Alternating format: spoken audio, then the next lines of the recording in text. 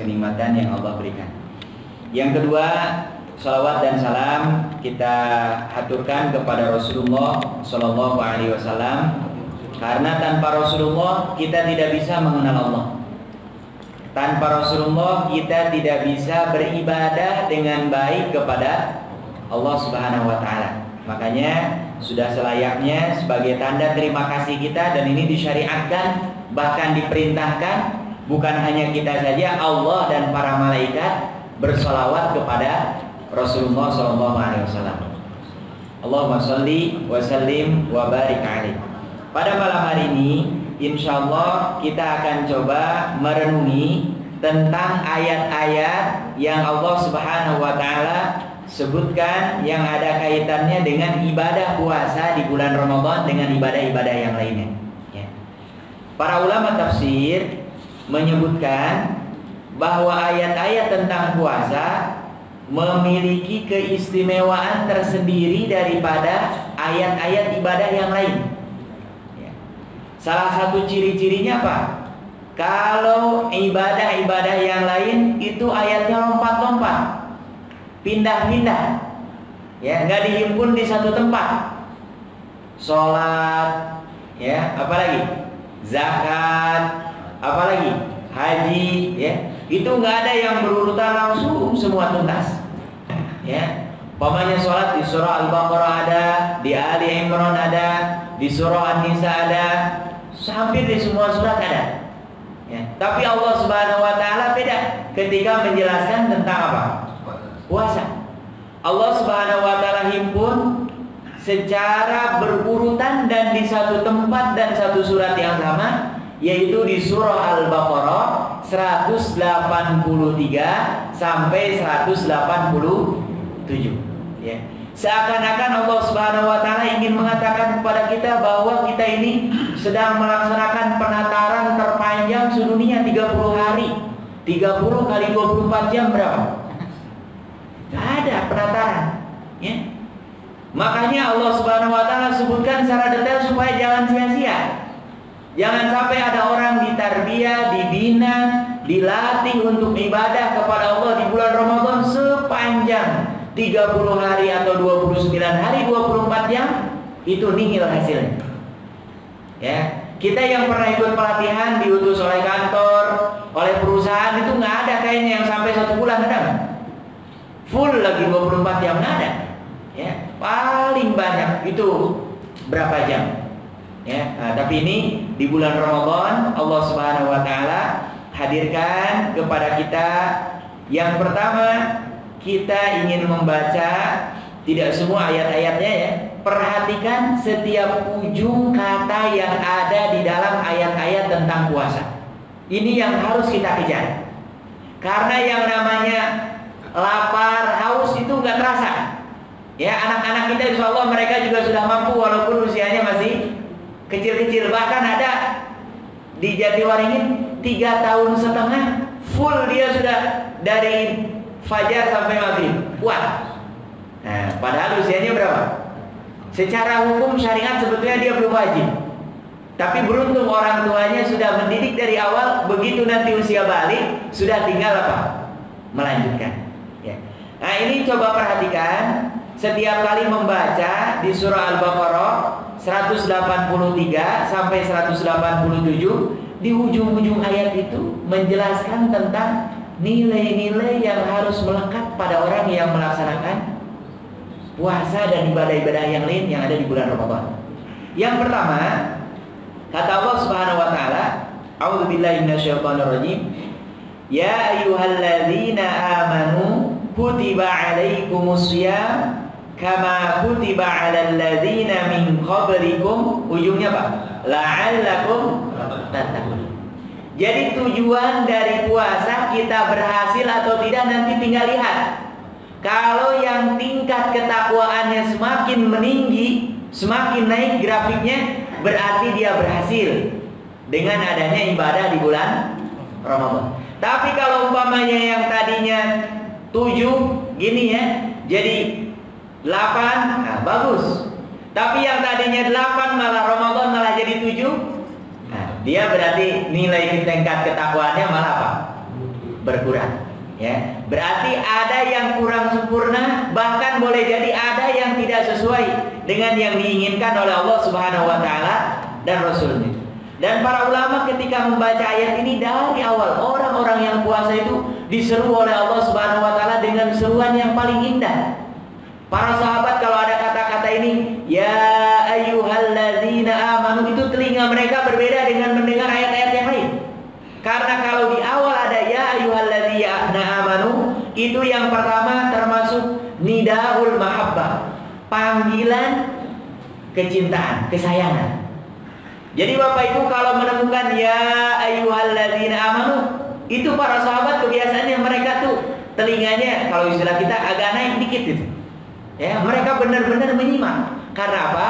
Umumnya semua ayat yang berbunyi ya ayyuhalladzina amanu, setelahnya kemungkinan besar ada perintah atau ada apa? Dan para sahabat termasuk fase mereka kalau ada perintah bersegera melakukan. Kalau ada larangan, mereka paling semangat untuk menjauhi apa?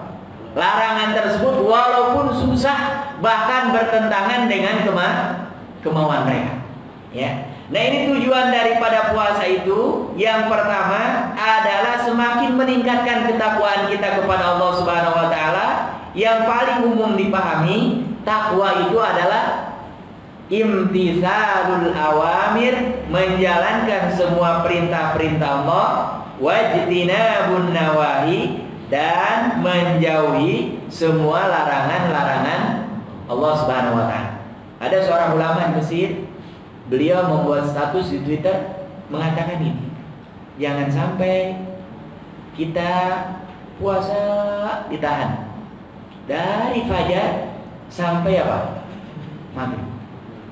Berusaha sekuat tenaga menghatamkan Al-Quran, memperbanyak membaca Al-Quran. Tapi jangan sampai, kata beliau, tambah lagi sedekah, tambah lagi ibadah. Jangan sampai pupus, gagal gara-gara kita tidak bertakwa. Di antaranya apa? Riba. Nah, membicarakan keburukan orang lain, itu sudah rontok. Ya. Dan yang kedua, kata beliau, al-kadzib, dusta.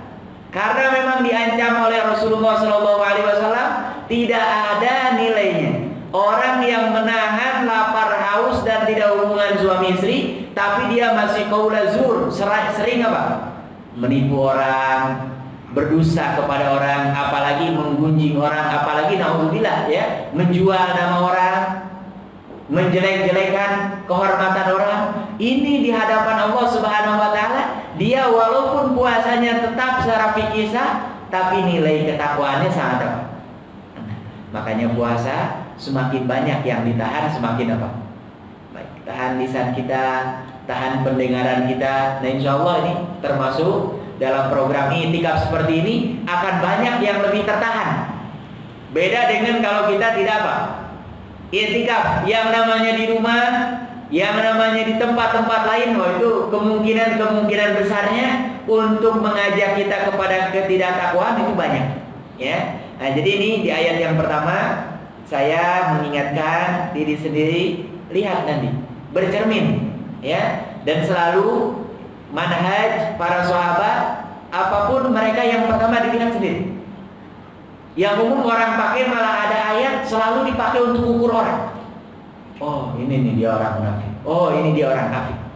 Para sahabat itu manhajnya ketika membaca ayat-ayat tentang surga, mereka rindu luar biasa berharap kepada Allah, mudah-mudahan termasuk apa? Penghuni surga. Kalau ada ayat-ayat tentang neraka, mereka sangat takut dan khawatir. Padahal sebagian di antara mereka sudah jelas-jelas ada yang mendapatkan jaminan surga, dijauhkan dari api neraka dari siapa? Rasulullah SAW. Ada ayat-ayat tentang kemunafikan, itu mereka, ya Allah, mudah-mudahan ya Allah saya selamat daripada apa? Kemunafikan. Karena boleh jadi orang lahirnya tidak, tapi di hadapan Allah maka termasuk ke dalam list orang-orang yang apa? Munafik. Nauzubillah. Ya, makanya ini yang pertama, Ramadan dengan segala ibadah yang ada di dalamnya harus membuat kita semakin apa? Bertakwa kepada Allah Subhanahu wa taala. Kemudian di ayat yang 184, ya, di ayat yang 184 kata Allah Subhanahu wa taala, Ramadan ini enggak lama. Ya, enggak lama. Hanya apa? Ayyamam ma'dudat. Hari-hari yang terbilang, terhitung, ya. Dan bulan Hijriah itu selalu hitungnya gampang. Kalau nggak 29, 30 udah nggak ada lagi, ya. Makanya kalau ada orang perbedaannya puasanya jauh tuh, ada seminggu sebelum kita sudah puasa, atau umpamanya seminggu setelah kita masih puasa mereka sudah lebaran. Nah ini untuk mencarikan dalilnya susah. Karena apa? Kalender Hijriah kalau masih selisih sehari itu masih mungkin. Perbedaan terbit mungkin, atau di sini hilal terlihat, di sana nggak terlihat, masih mungkin. Tapi kalau bedanya lebih dari sehari, nah ini cara menghitungnya gimana? Karena dalam hitungan kalender Hijriah selalu kalau 29 tidak nampak, genapkan 30, maka sudah masuk bulan yang baru. Bukan hanya Ramadan, bulan-bulan yang lain, baik bulan Rajab, bulan Sya'ban, bulan Syawal, ya, bulan Dzulqa'dah, Dzulhijjah, seperti itu, ya. Jadi Ramadan ini enggak lama, hanya ayat hitungan, ya. Yang namanya hari yang terhitung berarti selalu lebih sedikit, ya. Ini kita jatah liburan kita banyak apa sedikit?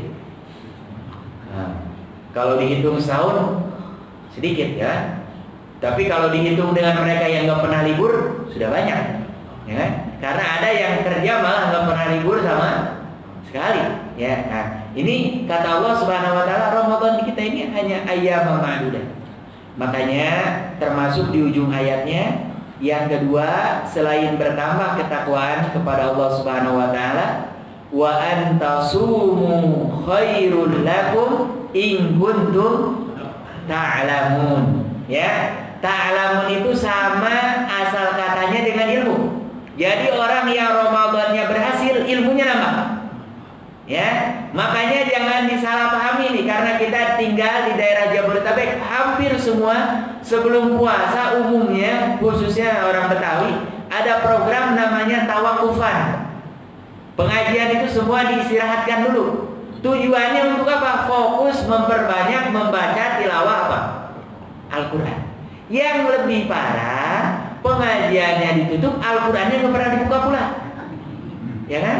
Yang biasa di luar Ramadan masih mending, dia dapat seminggu sekali pengajian. Ramadan karena nggak ada pengajian, keimanannya lemah, malah sama sekali Al-Quran dibaca juga tidak, hadir pengajian juga tidak ada kesempatannya. Nah ini rugi sekali. Justru di bulan Ramadan mestinya saya selalu mengingatkan, dengan membaca Al-Quran saja, itu insya Allah dapat ilmu. Karena para ulama menyebutkan ada di antara ayat-ayat Al-Quran yang bisa dipahami dengan fitrah. Semua orang yang sesuai dengan fitrahnya insya Allah akan paham kandungannya. Walaupun dia tidak paham secara detail asal katanya, sababun nuzulnya, karena itu hanya orang-orang yang belajar di bidangnya. Dan orang-orang yang belajar di bidangnya pun belum tentu apa? Paham. Tapi ada ayat-ayat tertentu, siapapun yang baca dan fitrahnya bersih sebagaimana ditakdirkan oleh penciptanya, insya Allah akan paham. Oh ya Allah, seperti halnya banyak kisah-kisah para sahabat, ya. Hamzah itu yang membuat dia masuk Islam justru karena dia gedek dengan kaumnya. Di antaranya apa? Masa Rasulullah SAW mereka berbuat zalim enggak? Ya, mereka menyerang juga enggak? Hanya dituduh Rasulullah itu katanya sahir, penyihir. Kemudian apa? Kadzab, pendusta. Kemudian mereka menganggap Rasulullah ini yang akan mengambil, yang punya jabatan, kedudukannya akan diambil oleh Rasulullah. Yang punya kekayaan, kekayaannya akan diambil oleh siapa? Karena saking dari awalnya takut, mereka sampai datang kepada pamannya Rasulullah, Abu Thalib. Tolong ingatkan anak pamanmu ini. Kalau dia mau kedudukan, kami beri. Bahkan ini nih kunci Ka'bah kita kasih, biar dia yang pegang. Kemudian kalau mau harta, tolong bilang berapa angkanya. Begitu ditransfer nanti, bahasa kitanya gitu. Tapi begitu ditawarkan kepada Rasulullah, dijawab tegas oleh Rasulullah apa? Ya ammi, wahai pamanku, kalaulah engkau simpan apa? matahari sebelah tangan kananku dan rembulan sebelah tangan kiriku, dan engkau perintahkan aku untuk meninggalkan risalah yang sudah diturunkan oleh Allah Subhanahu wa taala, tidak akan pernah ditinggalkan untuk apa? Selama-lamanya. Ya. Akhirnya Hamzah itu lihat di tahun-tahun menjelang ke-8, ke-9, bahkan di tahun ke-8 itu tahun-tahun yang sangat menyedihkan. Pamannya Rasulullah meninggal, istrinya Rasulullah Khadijah meninggal, ya. Padahal mereka ini termasuk yang membela mati-matian, menjaga Rasulullah SAW luar biasa dengan para sahabat. Itu Masya Allah, orang-orang Quraisy mereka mengumumkan, bahkan ditempel pengumumannya di depan pintu Ka'bah, bahwa orang penduduk asli Mekah tidak boleh ada yang jual beli dengan pengikut Nabi Muhammad. Gak boleh. Bayangkan, di negara yang seperti itu, kalau nanam susah, kalau nggak bisa beli, dapat makan dari mana? Yang kedua, tidak boleh ada yang menikahkan putrinya atau putranya dengan mereka yang sudah menjadi pengikut siapa? Nabi Muhammad. Dan diboikot, ya diboikot luar biasa. Sampai-sampai dikisahkan di antara para sahabat, saking tidak ada makanannya, mereka memakan apa? Dedaunan. Ya, dan bahkan ada di antara mereka yang menceritakan ketika buang hajat dilihat persis yang dimakan itu bentuknya sama dengan yang keluar. Bisa dibayangkan daun kurma, ya kan? Kasar ya, mungkin kalau di kita kayak daun kelapa lah, agak mirip-mirip gitu. Kalau dipakai mencut itu lumayan masih agak-agak sakit gitu. Beda kalau dengan umpamanya daun pisang masih agak-agak lembut. Ini daun kurma, ya. Tapi mereka memang tidak ada pilihan pada saat itu, ya. Nah, ini di ayat yang kedua 184 ini. Jadi Ramadan ini harus menambah ilmu kita kepada Allah Subhanahu wa taala. Caranya bisa dengan hadir di majelis ilmu, bisa membaca, termasuk bisa tadabbur sesuai dengan keilmuannya masing-masing. Yang umpamanya ahli di bidang geografi, itu Al-Quran ada. Yang ahli di bidang sosial, itu Al-Quran bicara. Yang ahli di bidang ekonomi, itu ada ayat-ayat. Bahkan ada seorang Nabi Allah yang dia adalah ekonom, ya, yang luar biasa bisa memprediksi tahun-tahun ke depan, ya, yang belum bisa mungkin dilakukan oleh orang sekarang, walaupun kuliahnya sampai apa? Doktor di bidang ekonomi. Ini kalau kita tadabburi bertambah, dan orang yang namanya ilmunya bertambah, insya Allah amalnya akan apa? Bertambah. Dan orang-orang yang ilmunya banyak itu sebetulnya dia punya peluang untuk beramal jariah. Ya, ada peluang untuk beramal jariah, apalagi sekarang. Ya, jangan dikira yang banyak peluang untuk dapat didoakan orang itu hanya ustaz-ustaz saja. Ya, orang yang ngerti tentang komputer itu menurut saya, peluangnya besar. Peluangnya besar. Dia bikin aplikasi, saya yakin bisa. Orang yang nggak bisa baca Quran, nggak punya waktu, dia bikin aplikasi. Gimana caranya nih? Karena yang lain bisa. Sekarang belajar bahasa nggak perlu pakai guru, ya. Jadi sudah ada alatnya. Kita kan sekarang mau translate, ya. Sudah ada programnya namanya apa? Transtool. Jadi dari bahasa apapun sudah tinggal klik keluar muncul. Saya yakin ini, dan belum ada. Orang kalau ingin belajar Al-Quran, kalau orang yang paham IT, saya yakin bisa ngulik gitu. Jadi dia cukup buka kapanpun, dimanapun, secara perlahan bisa. Atau ada orang yang ingin belajar tentang dasar-dasar Islam, dibuat kurikulumnya, dicari materi-materi, dikumpulkan, dihimpun, siapapun yang klik, itu bisa. Peluangnya. Yang ahli di bidang-bidang lain juga sama, punya kemampuan yang luar biasa, termasuk yang pasti kita semua punya keterampilan yang bisa jahit, ajarin orang menjahit, ya. Yang bisa apa lagi itu, mesin-mesin otomotif, ya. Orang-orang yang nganggur aja itu juga termasuk bisa jadi apa? Amal jariah. Yang penting tergantung kepada apa? Niat, ya. Nah, makanya ini di bulan Ramadan selain harus menambah ketakwaannya, adalah harus bertambah apa?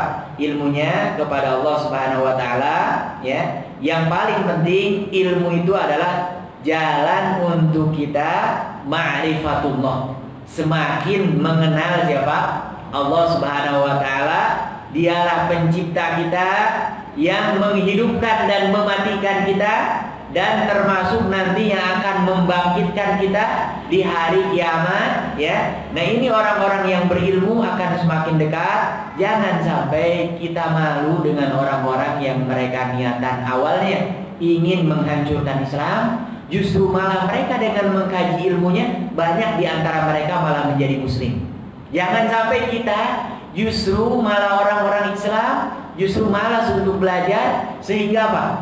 Kita tidak mendapatkan ilmu sama sekali karena memang kita tidak punya niatan untuk apa?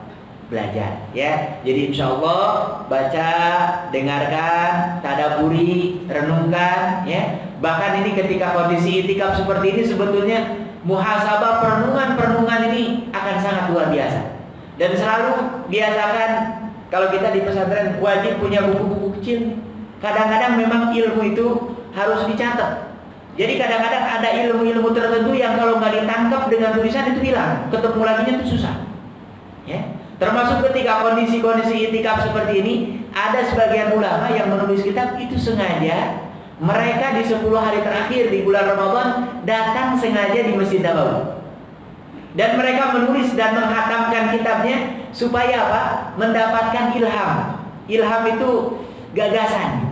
Ya, berdoa ya Allah, mudah-mudahan dengan keberkahan Masjidil Haram, dengan keberkahan Masjid Nabawi. Dan itu rata-rata kitabnya Pak, umurnya ratusan bahkan ribuan tahun dibaca dan bermanfaat untuk umat, ya. Nah, ini kita sama di masjid ada renungan-renungan yang bermanfaat, catat, ya. Syukur-syukur kalau memang bisa diaplikasikan, ini akan bernilai pahala besar sekali di hadapan Allah Subhanahu wa taala. Kemudian jamaah sekalian yang dirahmati Allah Subhanahu wa taala, di ayat 185, ya. Selain ilmu kita bertambah, ketakwaan kita bertambah, kata Allah, Syahrul Ramadan alladzi unzila fihil Qur'an. Lihat di ujungnya, walitukabbirullaha 'ala ma hadakum wa la'allakum tashkurun. Ya, yang harus bertambah di bulan Ramadan ini adalah apa? Syukur kita kepada Allah. Ya. Kalau di hari-hari selain Ramadan sulit kita untuk mendapatkan momentum seperti ini. Ya, bahkan mungkin kita sendiri yang merasakan. Saya kalau ada tugas jauh-jauh, kadang-kadang di Cilengsi kemana, itu nggak bawa apa-apa. Tiba-tiba pas mau azan di stop oleh orang, dikasih hanya segelas air putih, itu kita merasa alhamdulillah. Ini bayangkan ada saudara-saudara kita setiap hari, setiap waktu mereka dalam kondisi apa? Lapar, haus, ya, nggak punya tempat tinggal. Ini Ramadan ini sebetulnya harus membuat kita merenung, ya Allah. Padahal boleh jadi kalau dilihat dari kualitas kerja atau jam kerja, orang-orang yang seperti itu kerjanya malah nggak kenal waktu. Saya kadang-kadang lihat malam-malam, apalagi Ramadan ini, pemulung-pemulung itu mereka sampai malam. Ya. Tapi memang rezeki Allah yang atur, ya kan? Ada yang dapat banyak, ada yang dapat sedikit, memang sudah Allah atur. Padahal kalau umpamanya pakai jam kerja, harusnya mereka jauh lebih banyak daripada siapa? Yang kerja kantor. Karena apa? Yang lain tidur, dia masih apa? Bahkan saya sering perhatikan tiap hari di perumahan itu, ada bapak-bapak yang menghimpun sampah-sampah yang bisa dijual. Ya. Jadi dia dari depan rumah ke depan rumah, dari depan rumah, yang diambil apa? Plastik botol, kardus, ya, dipilah, pokoknya bisa dijual. Saya pernah beberapa kali tanya, dapat berapa kilo sehari? Dia hanya, ya, alhamdulillah ada aja Pak. Tapi yang luar biasa, dia bersyukur dan gak pernah mengeluh. Ya, terus beramal yang dia mampu. Dan bahkan Bapak silahkan lihat sering, ya, ada orang, ini sebetulnya takdir Allah, kalau mereka bisa milih mungkin tidak, yang matanya itu buta, jualan apa? Kerudung. Yang saya heran itu mereka tiap nyebrang gak ketabrak mobil, dan tiap jalan itu kayak Allah nuntun gitu, hanya pakai tongkat. Itu mereka bisa. Mereka bisa. Orang-orang yang seperti ini yang harus kita ambil pelajarannya. Orang seterbatas mereka seperti itu masih mau apa? Berusaha. Itu tandanya ada rasa syukur tuh. Dan orang yang senantiasa bersyukur, hidupnya itu akan apa? Bahagia. Hidupnya itu akan senantiasa dia mencari jalan. Kalau di depannya ada benteng, bukan dianggap sebagai penghalang, tapi ini adalah cara bagaimana supaya dia bisa loncat lebih tinggi. Tapi kalau orang yang mengeluh, orang yang tidak pernah bersyukur, seakan-akan yang paling susah di dunia hanya dia seorang. Padahal kalau dicari pasti, ya, di bawah sumur itu ada yang lebih dalam lagi. Sama dengan kalau kita diberikan kenikmatan, gak usah sombong, karena di atas langit pasti ada apa? Ada langit lagi. Nah ini di bulan Ramadan harus tertanam kuat, ya, harus tertanam kuat. Apalagi setiap kali kita buka sudah tersedia makanan, ya. Padahal kalau baca sirahnya Rasulullah SAW, itu beliau itu masya Allah makanan itu sangat ya. Ketemu dengan daging itu jarang sekali. Kita alhamdulillah bahkan hampir semua yang menyediakan takjil ataupun sahur itu nampaknya nggak ada, minimal telur pasti ada. Kalau Rasulullah makanan utamanya hanya 2, yaitu apa? Air putih dengan apa? Kurma. Jadi ini kita sudah sangat-sangat dimuliakan oleh Allah Subhanahu wa taala. Jangan sampai di bulan Ramadan ini kesyukuran kita tidak bertambah. Ya, saya sering menceritakan tentang kisah seorang sahabat, sebagian ulama menyebutnya tabi'in, ya, Abu Kilabah Al-Jarmi. Ini luar biasa. Ya, tangannya buntung, kakinya buntung, ya kan? Kemudian yang berfungsi dari anggota tubuhnya hanya lisannya, itu pun suaranya sudah apa? Serak-serak, karena sudah tua. Tapi senantiasa berdoa, Alhamdulillahilladzi auzi'ani an ahmadaka hamdan katsiran wa faddaltani ala katsirin mimman khalaqta tafdila. Ini hampir mirip sama dengan doa yang dibaca oleh Nabi Daud, Nabi Sulaiman, ya, di dalam Al-Quran, Rabbi auzi'ani an ashkura ni'mataka allati. Ternyata kakek ini, ya Allah, sangat-sangat luar biasa. Bahkan ketika ditanya, kakek ini syukur apa? Tangannya nggak ada, kakinya nggak ada, kemudian tinggal di gurun pasir di tenda sendirian lagi, ya kan? Apa kata dia? Saya diberikan lisan, bisa berzikir, bisa mengucapkan alhamdulillah. Ini adalah kenikmatan yang sangat agung yang diberikan oleh Allah. Bahkan dikatakan, kalau sekarang tiba-tiba dari langit ada api, kemudian menyambar, atau umpamanya tiba-tiba bumi menggoncang, kemudian saya dimasukkan ke dalam bumi, atau tiba-tiba ada gunung hancur dan saya dihimpit, saya tidak akan pernah menambah kecuali akan terus menambah kesyukuran kepada siapa? Kepada Allah. Dan malamnya dimimpikan dengan orang yang berjumpa ini, dia sedang berguling-guling dengan kenikmatan yang ada di surga. Kemudian ditanya, salah satu di antara amalannya asyukuru inda raha. Kalau kita sedang diberikan kenikmatan-kenikmatan, pastikan jangan lupa apa? Bersyukur, ya. Bersyukur bisa dengan minimal mengucapkan alhamdulillah. Kalau yang hartanya berlebih, berbagi. Yang punya kemampuan lebih, diajarkan yang lain, ya. Yang punya tenaga lebih, dia bantu sebagian tenaganya untuk orang lain. Nah, orang-orang yang seperti ini termasuk yang diharapkan oleh Allah Subhanahu wa taala dalam ibadah Ramadan. Kemudian juga di ayat yang ke 186, ya, tentang doa, ini sudah kita sebutkan panjang lebar. Dan di antara kehebatan doa ini, memang kalau tidak ada penghalangnya, itu akan langsung didengar oleh Allah Subhanahu wa taala. Terlebih di bulan Ramadan, apalagi ya hari Jumat, jangan lewatkan. Jumat sore di bulan Ramadan, apalagi 10 hari terakhir. Apalagi ulama kalau angka-angkanya ganjil hari Jumat, itu mereka kadang-kadang punya prasangka kemungkinan besar di situ malam Lailatul Qadar. Karena memang nggak ada yang pasti, tapi para ulama bayangkan Sayyidul Ayyam, ya, hari yang paling agung, berjumpa dengan bulan yang penuh berkah, bulan Ramadan. Itu berarti bertumpuk-tumpuk kemuliaan yang Allah Subhanahu wa taala sediakan. Makanya umumnya para ulama cara menghitung Ramadan diantaranya prediksi saja, ya, karena nggak ada yang bisa memastikan. Itu kalau Jumat pas ketemu dengan tanggal ganjil, itu mereka menggenjot lebih daripada hari-hari yang lain. Karena apa? Terkumpul kebaikan-kebaikan. Minimal menjelang berbuka antara asar sampai maghrib, itu perbanyak kita berdoa kepada Allah, ya. Karena tanpa Ramadan, hari Jumat dari asar sampai maghrib itu termasuk doa kita yang apa? Mustajab. Yang tidak ada di hari-hari lain.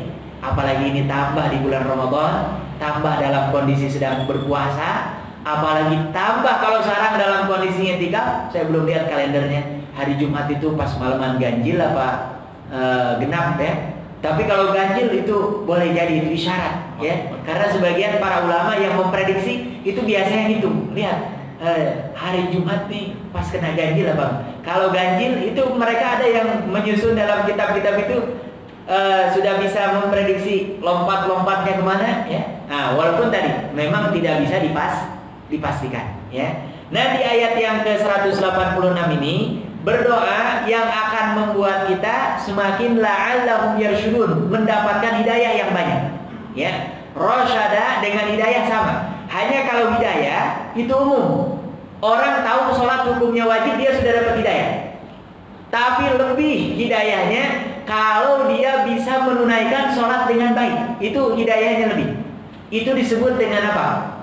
Rasyada.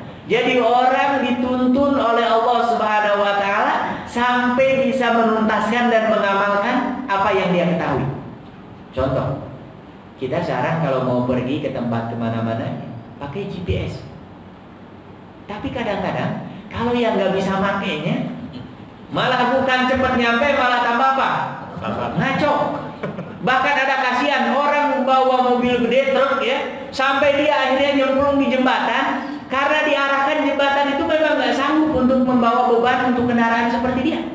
Dan kita juga mungkin yang sederhana ya, khususnya ke daerah-daerah puncak situ yang memang jarang dilewati. Kadang-kadang kita dimasukkan ke jalan yang di situ mobil itu pas-pasan.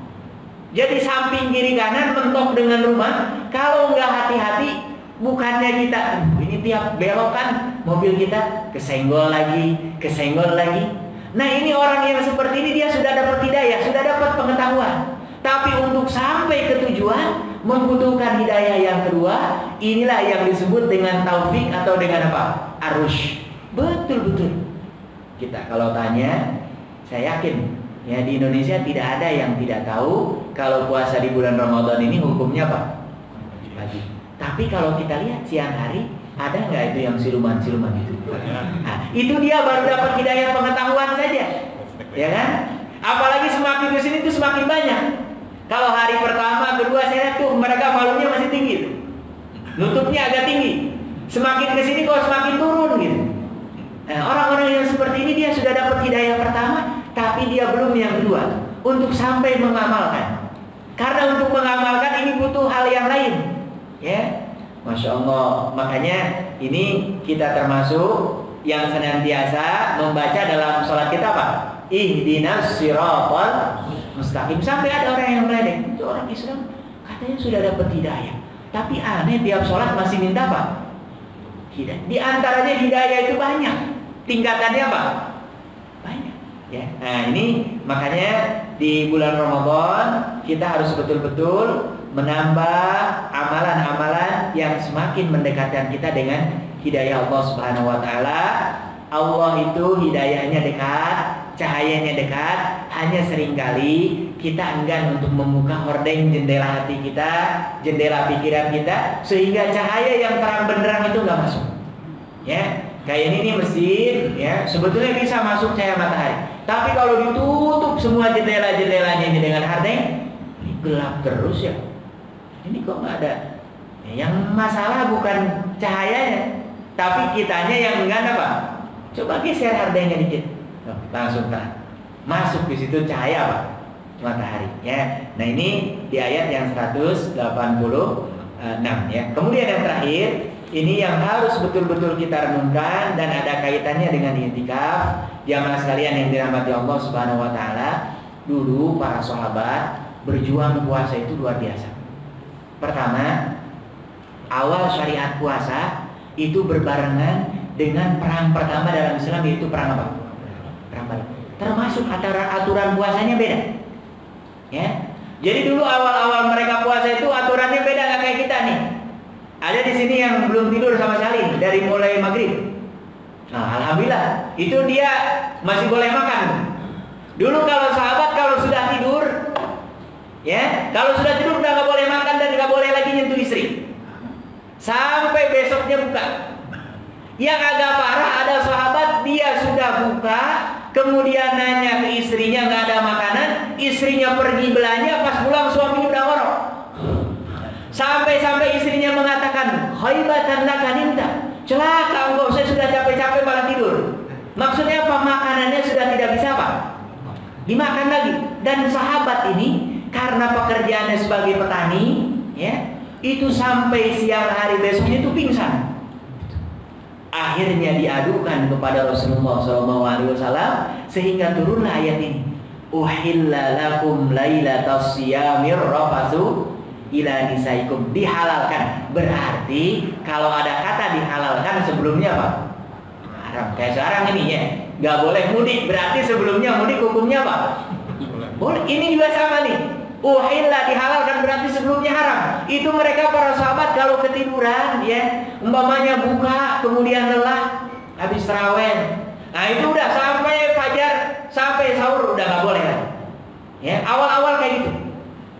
Allah Akbar, saya bisa membayangkan perang Badar. Ya mereka dalam kondisi seperti ini, yang namanya kondisi sedang perang. Jangankan perang, tidak perang saja. Kita kalau dalam perjalanan itu payah.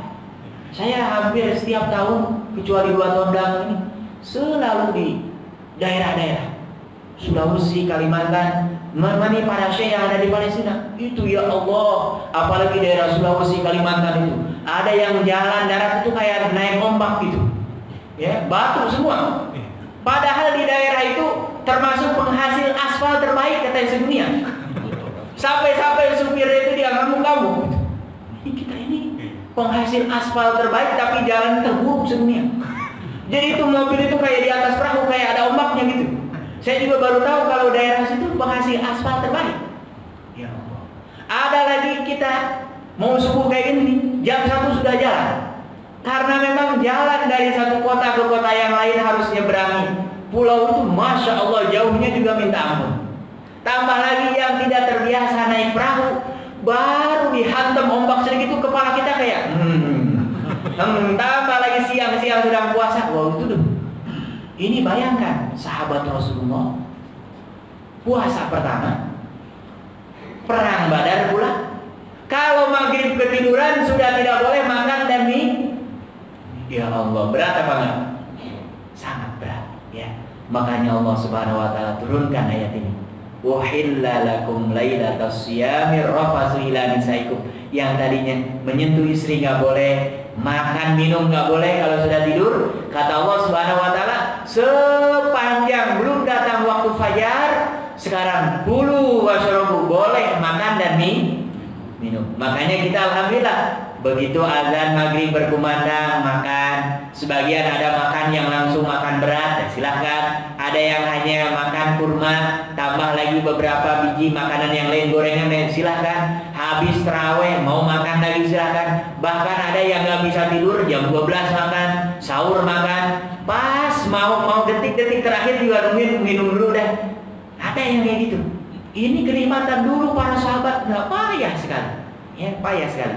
Nah makanya jamaah sekalian yang dirahmati Allah Subhanahu Wa Taala, ya diulang lagi di ujung ayat ini bahwa di antara tujuan puasa kembali lagi yang pertama, yaitu la'allahum yattaqun, sebetulnya adalah dalam rangka meningkatkan apa? Ketakwaan. Kalau dengan puasa ini Allah ingin menyiksa kita, menyusahkan kita, harusnya orang-orang yang sakit kata Allah nggak ada puasa pokoknya. Orang-orang yang sedang musafir pokoknya apa? Tapi Allah berikan rukhsah karena memang bukan untuk menyiksa. Justru kalau kita renungi, kita hayati, itu sebetulnya ada nilai-nilai yang ingin Allah Subhanahu wa taala ajarkan kepada kita, yang nilai-nilai ini bukan untuk Allah, tapi kembali untuk siapa? Untuk kita. Semakin kita banyak melakukan perenungan, semakin kita banyak memahami isyarat-isyarat Allah Subhanahu wa taala, termasuk yang ada dalam ibadah Ramadan ini, kita akan semakin mendapatkan pencerahan-pencerahan, ya. Nah, makanya ini saya termasuk yang mengajak ketika i'tikaf ini banyak melakukan perenungan-perenungan, ya. Perbanyak zikir, ingat-ingat dosa, segera taubat, ya. Saya kemarin beberapa awal Ramadan ada bapak ngaji bareng hari Ahad, jauh Cilengsi situ, ya, hampir mau ke daerah Jonggol. Kita kalau berangkat jam 3 harus sudah berangkat Tapi alhamdulillahnya kalau subuh mobil kan bisa cepat gitu, kosong. Kalau siang nggak sanggup. Kalau subuh ya masih waktunya, orang walaupun jauh masih bisa dikejar. Ya. Ramadan masih segar. Baru pekan Ahad kemarin ini, ya Allah, dihubungi meninggal.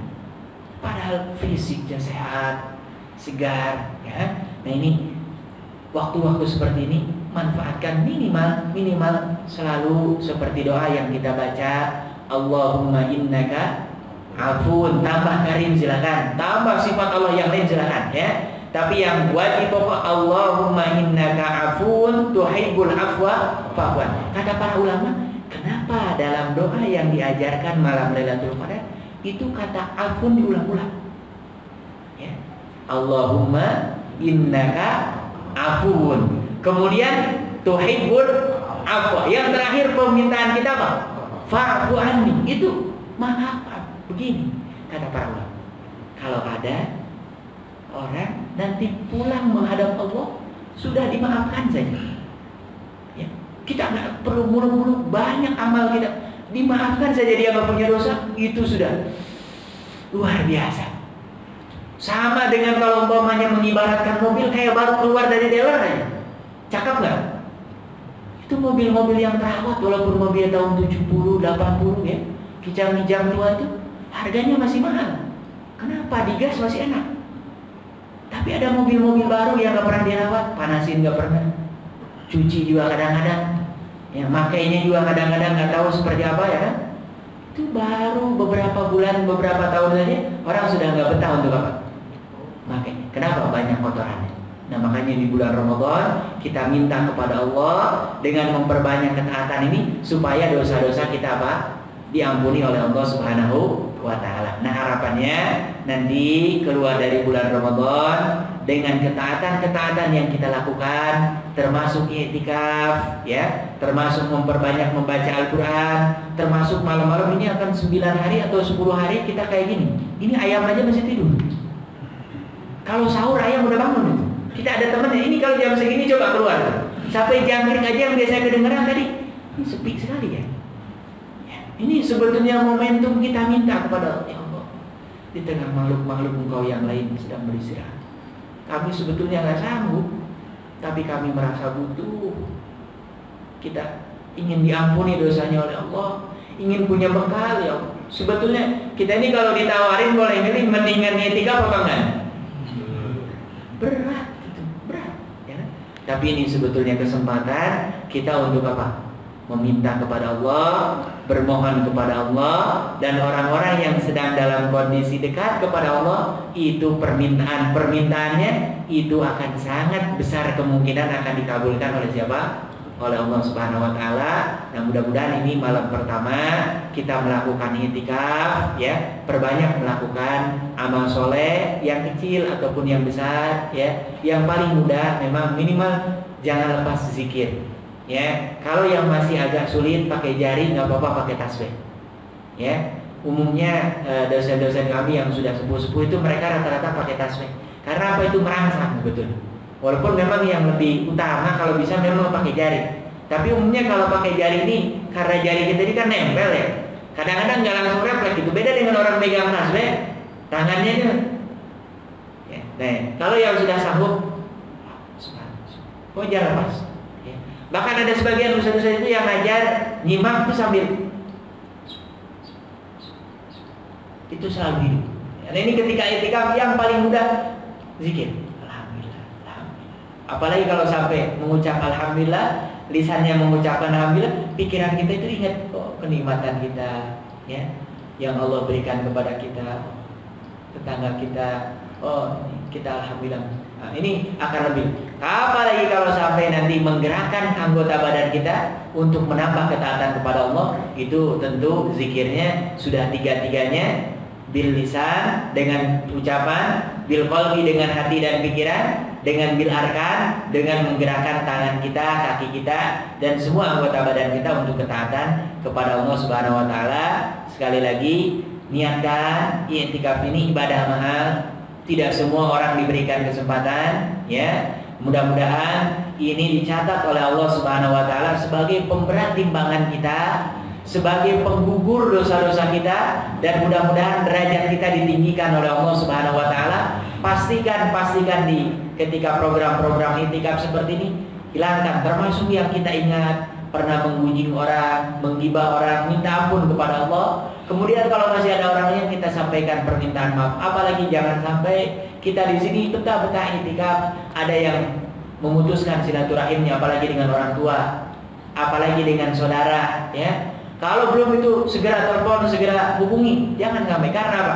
Itikaf kita kalau masih ada hubungan dengan orang yang tidak baik, itu sangat tidak akan mungkin bisa maksimal, ya. Apalagi silaturahim dengan orang-orang yang memiliki kekerabatan dengan kita, itu harus segera diselesaikan. Karena apa?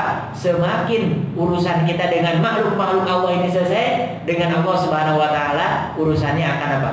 Dimudahkan, ya. Nah, ini mudah-mudahan kajian renungan sedikit terkait dengan ayat-ayat siam mengingatkan kita akan tujuan daripada ibadah di bulan Ramadan, pada intinya meningkatkan ketakwaan, menambah ilmu, semakin menghadirkan rasa syukur kita kepada Allah Subhanahu wa taala, dan semakin mendekatkan kita dengan hidayah Allah Subhanahu wa taala. Insyaallah, apalagi nama masjid kita ini Al-Muttaqin. Mudah-mudahan tidak ada di antara kita yang wafat kecuali dalam keadaan apa?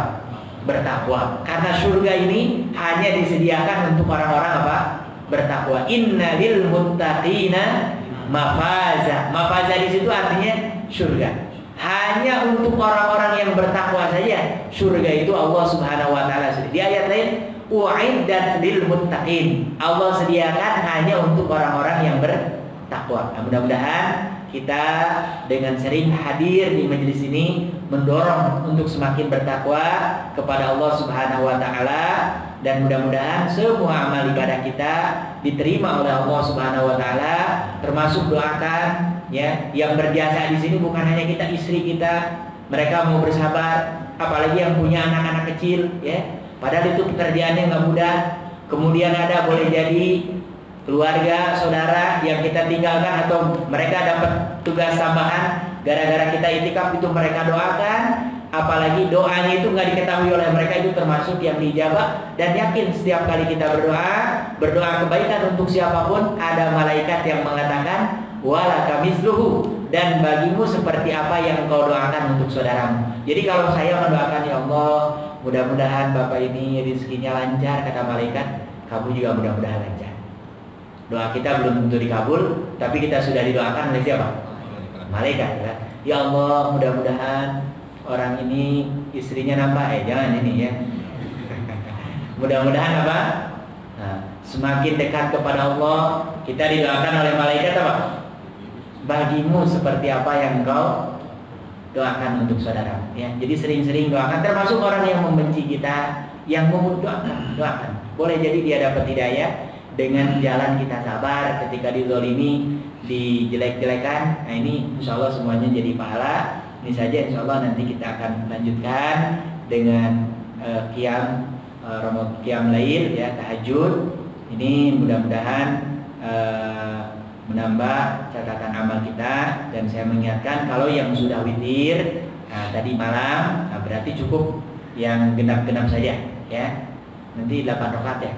8 rakaat. Nanti kalau yang sudah witir berarti nggak usah ikut witir lagi. Kenapa? Karena tidak ada witir dalam satu malam 2 kali. Dan kalau umpamanya kita witir 2 kali jadi nggak witir. Umpamanya tadi pas qiyam Ramadan tarawih berapa? 3, ya, biasanya.